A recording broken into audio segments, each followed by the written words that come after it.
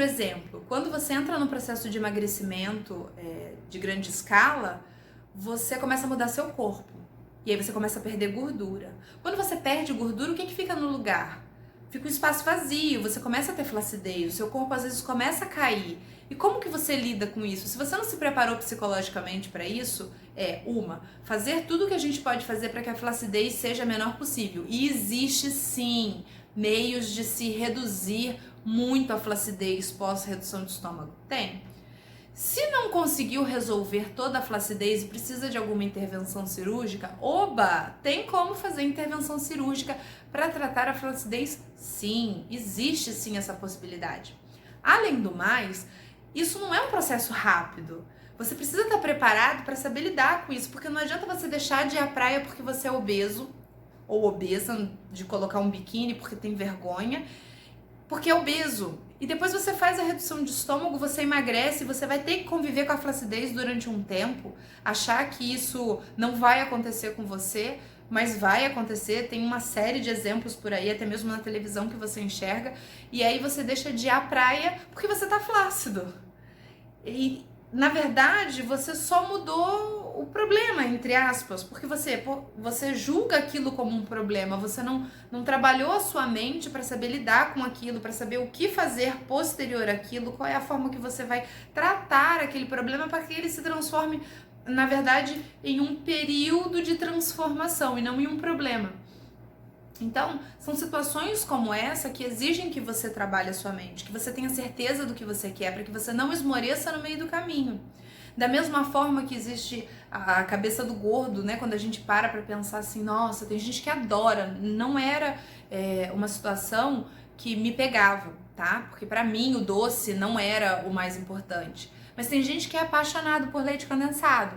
Daí sai do hospital, faz a redução de estômago, o médico chega e fala, olha, você vai, por exemplo, tá? Você vai tomar um copinho de 20 ml a cada 1 hora de alguma coisa líquida, uma água de coco, um Gatorade, um exemplo.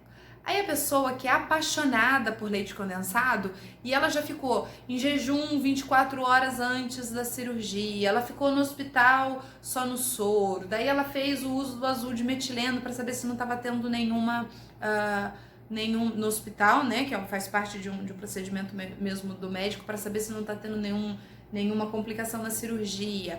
Aí ela sai de lá às vezes com o dreno, às vezes com uma gastrostomia, que é uma garantia a mais, nem todos os médicos procedem com isso, mas enfim, a gente vê isso em um outro momento. Então a pessoa sai de lá fragilizada, ela sai de lá cansada, com fome, com a cabeça falando fome, fome, fome, fome, fome, fome. E você quer ver uma coisa que deixa uma pessoa obesa irritada, é fome, não é? A gente fica irritada, a gente quer pegar o mundo, porque a gente tá com fome. Então você imagina você tá com fome, às vezes com dor, retalhado, com dreno, às vezes com uma gastrostomia, e aí a pessoa chega em casa e ela fala, me livrei daquele povo louco do hospital e eu vou comer. Daí ela lembra, opa, eu não posso comer, o médico falou pra mim que era só um copinho, era líquido. Aí o que a pessoa faz? Às vezes ela não faz isso na primeira semana, mas ela começa a procurar os atalhos depois. O psicológico dela tá tão afetado, ela tá sentindo tanta falta do açúcar, daquela quantidade de caloria, que ela começa a procurar os atalhos. Aí ela vai. Aí ela lembra, opa, eu tenho leite condensado no meu armário. Ela vai lá, pega aquela lata de leite condensado, bonita, com a abertura em cima. Só um pouquinho. Aí ela começa, ela passa o dedo. A tentação, lembra? É a tentação. Ela passa o dedo lá, bota na boca. Tá bom, não senti nada. Não passei mal, né? Porque algumas pessoas simplesmente não têm dumping, outras vão ter e ela vai passar mal ali logo na sequência e ela nunca mais pensa de fazer aquilo, porque ela acha que ela vai morrer. Outras, por sorte ou por azar, não tem. Daí a pessoa não tendo, ela passou o dedo lá no leite condensado, botou na boca, saboroso, ela lembrou o gostinho da obesidade, o gostinho da satisfação ali do paladar dela, ela não sentiu nada, aí ela começa, bom, eu podia tomar um copinho, ou um copinho a cada 1 hora, um copinho a cada 2 horas, então o que eu vou fazer? Ao invés de eu tomar o repositor que o médico me mandou, eu vou, para saciar a minha vontade, eu vou tomar um copinho de leite condensado no lugar. É líquido, eu já experimentei, não passei mal, aí ela vai lá, vira no copinho e toma o leite condensado. O que acontece com isso? A mente dela sabotou o corpo, porque ela tá pensando, não, eu tô fazendo um negócio que o médico mandou, eu só troquei a quantidade de líquido. Mas o que aconteceu? Ela tá ingerindo um alimento de alta caloria, ela tá deixando de ter uma perda de peso acentuada que ela poderia. Por quê? Porque a mente dela sabotou ela fazer um desvio no caminho. Isso a longo prazo, a pessoa que não acaba não... E eu digo isso que muitas vezes a pessoa não percebe que ela tá fazendo isso. Às vezes ela ignora essa orientação, ela acha que ela é forte o suficiente para passar por aquele processo sem o apoio de uma outra pessoa experiente, de um psicólogo. Às vezes ela não vai com frequência no médico dela que faz o procedimento. Ela acha que ela é forte o suficiente. E é exatamente aí que ela cai, porque ela começa a pegar esses atalhos. E isso é só um exemplo, é um exemplo simples. Existem aquelas outras pessoas que muitas vezes, não, eu consigo, vai ser numa boa, os 30 dias sem comer nada sólido, né? E quem vê de fora, né, tem aquela mania de falar que quem opta pela redução de estômago opta porque é uma coisa simples, porque é fácil, porque restringe. Você não pode comer, acabou, você não come, você emagrece. Não é assim, não é assim, não é algo muito simples de se fazer, ou melhor, não é fácil, é simples se você seguir toda a trajetória corretamente, mas não é fácil, não é assim. Quem fala isso é porque nunca passou pela dor de ser obeso e nem pela dor da cirurgia propriamente dita. Então, o que acontece? Você fica ali, ó, você estava acostumado, você tinha aquela rotina de mastigação todo dia, quando você é obeso. Você acorda, come, vai dormir, tá ali antes de comer, faz uma boquinha, toma um refrigerante aqui, não, toma uma cerveja ali, aí eu quero um doce aqui, eu vou comer um lanche ali, e de repente, simplesmente, tudo isso é tirado de você. E você começa, no começo, a evitar ali naqueles primeiros dias os lugares onde as pessoas estão comendo. Mas se você não mora sozinho, você mora com outras pessoas em casa, você vai começar a sentir o cheiro da comida. Aí às vezes você vai falar, aquela sopinha rala, aquela aguinha já não, né, o paladar já não é lá muito gostoso. E um erro clássico que a gente percebe, normalmente de pessoas que tiveram complicações gravíssimas, é a mente tá de novo pregando uma peça. A pessoa fica 30 dias, ela até consegue, fica ali os 30 dias só com uma dieta pastosa, líquida, conforme a orientação, e cada caso é um caso, cada tipo de cirurgia, uma cirurgia, volta a falar aqui de novo pra você. E a gente vai ver aí num outro momento, eu vou procurar trazer pra vocês, explicar os procedimentos e as diferenças entre eles. E aí a pessoa passou os 30 dias tomando só líquido. Daí no dia que ela pode voltar a comer alguma coisa sólida, ela se esquece disso, porque ela tá naquela ansiedade por comer alguma coisa. Ela fala, uau, eu posso voltar a comer hoje. E aí o que a pessoa faz? Ela tá tão ansiosa para lidar com aquilo, para voltar a comer, para saber como é que vai ser, que ela se excede no tipo de alimentação. Ela esquece aquela orientação do médico, da nutricionista, do alimento que ela deveria consumir ali logo naquela primeira fase. É como se fosse um bebê, a gente tem que aprender tudo de novo.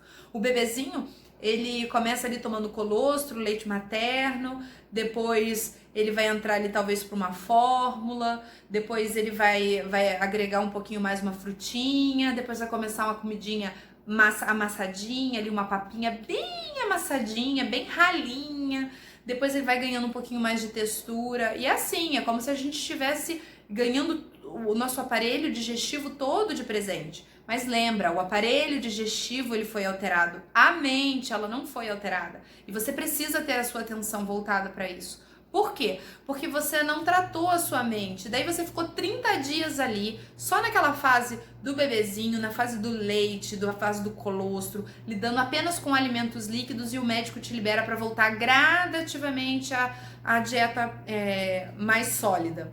Daí o que acontece? A pessoa chega logo no início, quer comer um churrasco. Gente, vamos devagar, vamos se adaptar, vamos entender o seu organismo, entender um pouquinho da transformação que está acontecendo com você, que vai acontecer com você. Não tenha pressa, para você que está nessa jornada, está se preparando para esse processo. Não tenha pressa, vá devagar.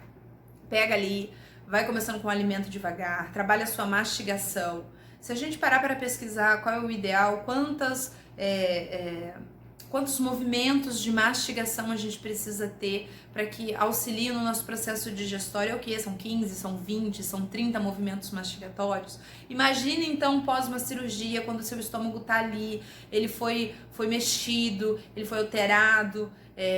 Depois eu acabo mostrando para vocês aí também um pouquinho mais a respeito do aparelho gastrointestinal, para que vocês entendam um pouco de anatomia, porque às vezes falando assim é difícil para quem não tem muito conhecimento, né, de saúde.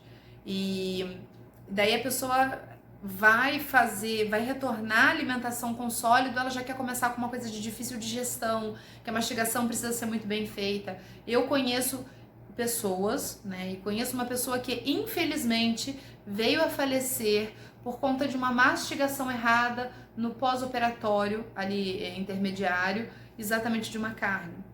A pessoa estava com tanta ânsia, não tinha trabalhado ali o psicológico, não seguiu as orientações do médico, e ela, ao invés de começar por uma coisa mais simples, ela ficou tão ansiosa que ela podia voltar a comer de novo, voltar a comer alimentos sólidos, que ela foi numa churrascaria e ela achou que ela fosse ter vida normal, como ela tinha, normal entre aspas, né? Uma vida igual à anterior do processo de procedimento cirúrgico. E daí ela começou a comer carne e naquela ansiedade, muito tempo sem comer, ela começou a comer rápido, a não mastigar direito, e ela teve um caso de obstrução, foi necessário estar fazendo um procedimento cirúrgico na tentativa de salvar a vida da pessoa, mas infelizmente isso não aconteceu e ela veio a óbito. Então, esses atalhos que a mente da gente tenta sugerir pra gente durante essa mudança não são bons. É claro que nem todo atalho que você pegue, você vai te levar ao óbito, vai fazer com que a pessoa morra por isso, mas pode te trazer consequências gravíssimas, né? Então, é importante que a gente trabalhe isso. Faça o acompanhamento de acordo, tenha uma pessoa ali sempre para ser o seu ponto de certeza, que você não se sinta ofendido quando essa pessoa chegar em você e falar: fulana, tá se excedendo. Ninguém gosta de ser repreendido, chamado a atenção, corrigido, criticado. É verdade, ninguém gosta. Mas se for necessário, se for pro teu crescimento e para garantir que você vai seguir todas as etapas ali, uma a uma, vamos lá, faça isso, tá? Por quê? Porque você vai garantir o sucesso, do teu emagrecimento a longo prazo. Não fique magoado quando uma pessoa que te ama e está acompanhando o seu processo de emagrecimento por redução de estômago, ela chegar em você e fale: fulano, agora você não pode comer isso.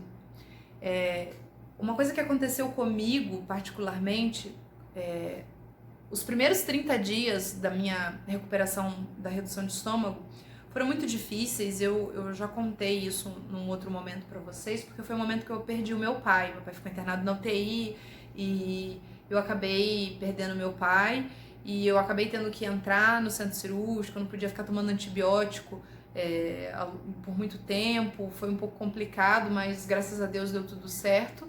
E durante esse período, como meu pai estava internado num outro lugar e eu precisava ficar viajando, eu não tinha como ficar fazendo sopinha, rala, mesmo que eu não tava dirigindo, né, mas pra estar tomando. Então, assim, eu nunca gostei muito desses repositores. Hoje eu até tolero, porque o meu paladar mudou, mas logo de imediato ali a cirurgia, eu não conseguia ficar tomando esses repositores hídricos, então Gatorade, esses outros, né, nome comercial, mas que tem aí.